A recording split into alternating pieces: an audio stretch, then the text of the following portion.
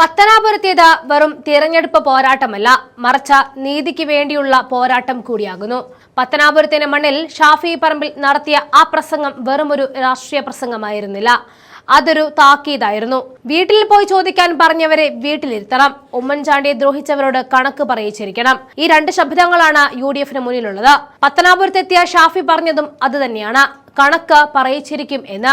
മരിച്ച മണ്ണടിഞ്ഞിട്ടും ഉമ്മൻചാണ്ടിയെ വിടാതെ പിന്തുടർന്ന ഗണേഷ് കുമാറിനുള്ള മറുപടിയാണ് ഷാഫി ഈ പ്രസംഗത്തിലൂടെ കൊടുത്തത്. നമുക്കറിയാം, തന്റെ കുടുംബം തകർത്തത് ഉമ്മൻചാണ്ടിയാണെന്ന് ഗണേഷ് കുമാർ നടത്തിയ പ്രസ്താവന അയാൾക്ക് തന്നെ പാരയായി മാറിയിരുന്നു.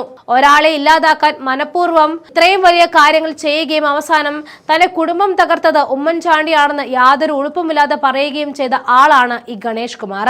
സ്വന്തം പിതാവ് R ബാലകൃഷ്ണപിള്ള പോലും മന്ത്രിസ്ഥാനത്ത് നിന്ന് നീക്കാൻ കത്ത് നൽകിയിട്ടും അന്ന് ഗണേഷിനെ ചേർത്ത് പിടിച്ചത് ഉമ്മൻചാണ്ടി മാത്രമായിരുന്നു.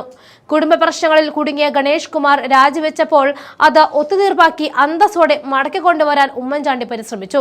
പക്ഷെ വീണ്ടും മന്ത്രിയാകാൻ കഴിയാതെ വന്നപ്പോൾ ആ സ്നേഹത്തിന് ഗണേഷ് നൽകിയ മറുപടിയായിരുന്നു സരിതാ നായർ എന്ന പെണ്ണവതാരത്തെ കോൺഗ്രസ് സർക്കാരിനെ ഇല്ലാതാക്കാൻ അന്ന് അവതരിപ്പിച്ചത്.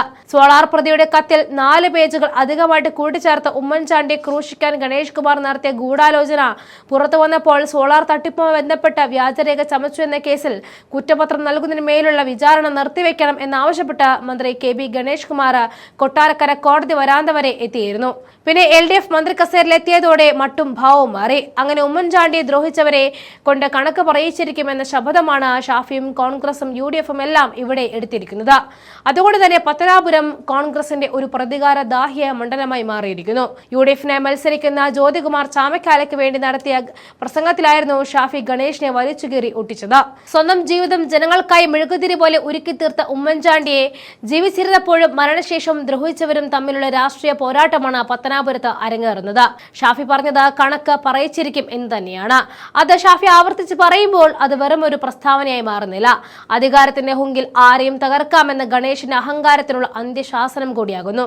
പത്തനാപുരത്ത് ഗണേഷ് കുമാർ തോൽക്കുക എന്നത് നീതിയുടെ ആവശ്യമാണ്. ഉമ്മൻചാണ്ടിയെ ദ്രോഹിച്ചവർക്ക് ജനം നൽകുന്ന ശിക്ഷയായിരിക്കണം ഈ വോട്ടെടുപ്പ്. പത്തനാപുരത്തിന്റെ മണ്ണിൽ ജ്യോതികുമാർ ചാമക്കാല ജയിച്ചു കയറുമ്പോൾ അത് ഉമ്മൻചാണ്ടി എന്ന വലിയ മനുഷ്യനോട് നമ്മൾ ചെയ്യുന്ന നീതി കൂടിയായിരിക്കും. അന്ന് സരിതാ നായരെ ഇറക്കി കളിച്ച ഗണേഷുള്ള മറുപടി ഇന്ന് കിട്ടിയിരിക്കുമെന്ന് ഉറപ്പാണ്.